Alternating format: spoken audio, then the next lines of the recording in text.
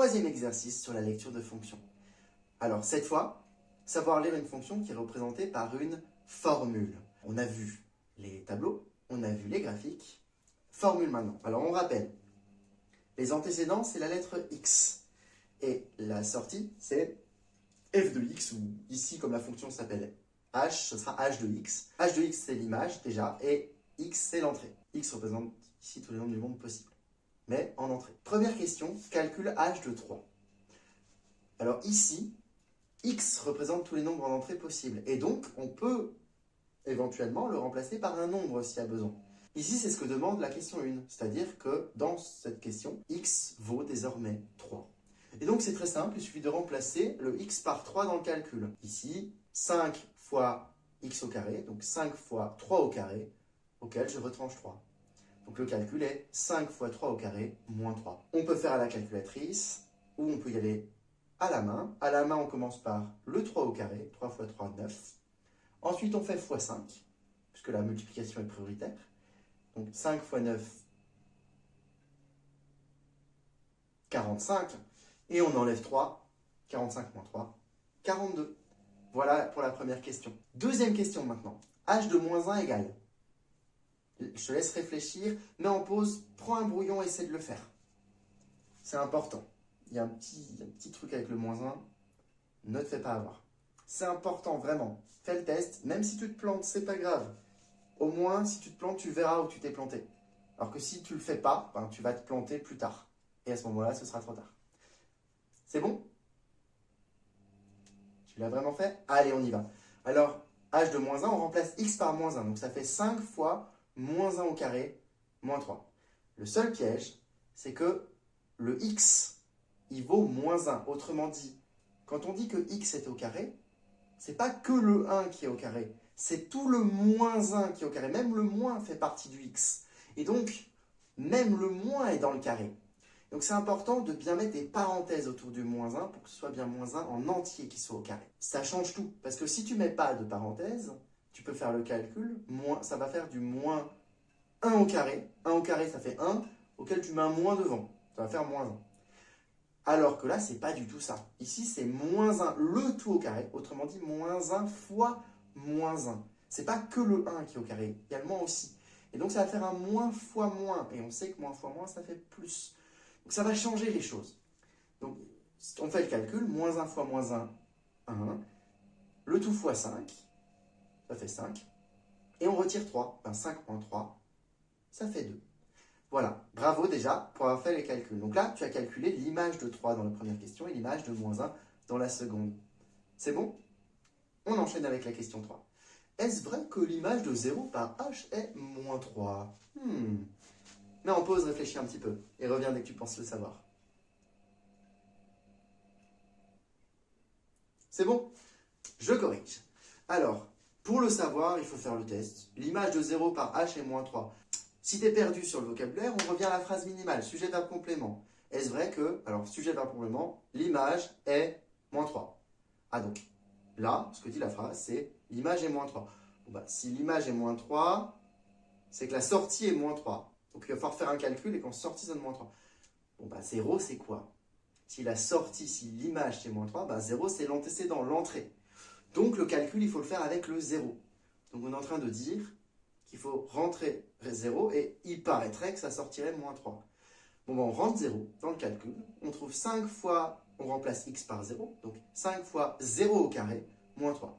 Faites le calcul, soit à la calculatrice, soit à la main. Mais ça se fait très bien à la main, il n'y a pas de souci.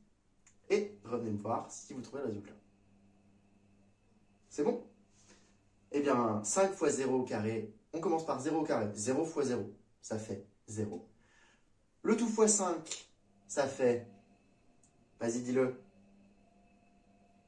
Oui, c'est important que tu le dises. Ok, ça fait 0. Hein. J'ai déjà entendu des 5 fois 0 égale 5. Non, non, non, non. 5 fois 0 égale 0. Hein. Fais attention, le 0 détruit tout par la multiplication. Donc 5 fois 0 égale 0. Et ensuite, on enlève 3. Ben, 0 moins 3. Ah, on trouve bien moins 3. Et donc oui, c'est terriblement vrai, tellement vrai que l'image de 0 par h est moins 3. On enchaîne avec la question 4. Est-ce vrai que 2 est un antécédent de 17 par cette fonction? Mais en pause, tu connais la chanson.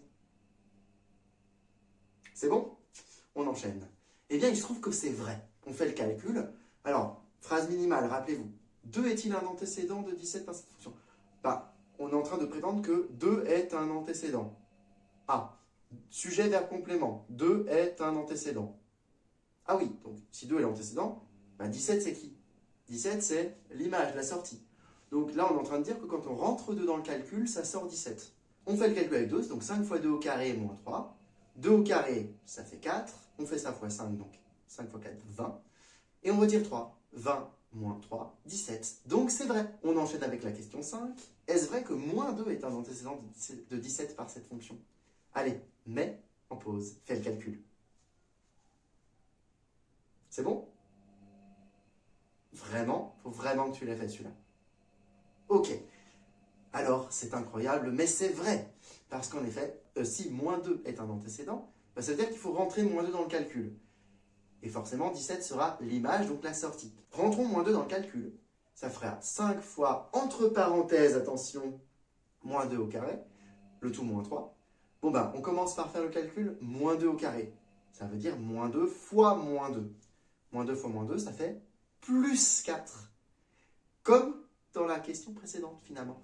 Donc on continue le calcul, hein. Plus 4 fois 5, ça fait plus 20. Plus 20 moins 3, 17. Donc, c'est exactement la même réponse. Question 6, on termine avec celle-là. Est-il vrai que 17 admet au moins 2 antécédents par cette fonction h? Mets en pause, réfléchis. C'est bon? Eh bien, la réponse est oui. La preuve, tu l'as fait en question 4 et en question 5. En question 4, on a vu que 17 avait un antécédent, et en 5, que 17 avait un autre antécédent. Donc, a priori, 17 admet au moins 2 antécédents, puisqu'on en a trouvé 2. Il y en a peut-être plus, hein, il y en a peut-être d'autres. Mais là, à notre stade de connaissance, on sait qu'il y en a au moins 2. Petit spoiler, petit disclaimer, en vrai, il n'y en aura que 2. Pour une raison très simple, c'est un théorème très très puissant, qu'on appelle le théorème fondamental de l'analyse, qui nous dit qu'en fait, dans un calcul comme ça, avec du 5x carré moins 3, vu que c'est puissance 2, il y a maximum 2 antécédents que l'on peut trouver. Mais ce n'est pas du niveau collège, donc voilà, on oublie. Mais voilà, il se trouve qu'il y en a que 2. Ça, c'est pour ceux qui se poseraient la question. Et maintenant, tu sais utiliser des formules pour calculer des images de fonctions et un petit peu voir des liens en images antécédents. Alors, il y a une chose qu'on n'a pas faite dans cet exercice, c'est calculer un antécédent. Quand on a l'image, calculer l'antécédent. Pour ça, il faudra un autre chapitre, le chapitre à la fois des factorisations, donc calcul littéral, que souvent tu as peut-être déjà fait, mais aussi un autre chapitre, qui est le chapitre des équations. Donc ça, on verra plus tard. Mais en tout cas, tu sais calculer au moins des images et vérifier, quand on donne une image à un antécédent, que c'est vrai. Entraîne-toi sur d'autres exercices là-dessus. Bon courage!